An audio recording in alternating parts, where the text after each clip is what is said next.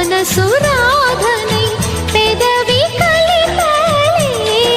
మదిలో మధురాపురి ఉన్నది తెలుసా మనసా, నడిచే బృందావని నీవని తెలిసే కలిశా.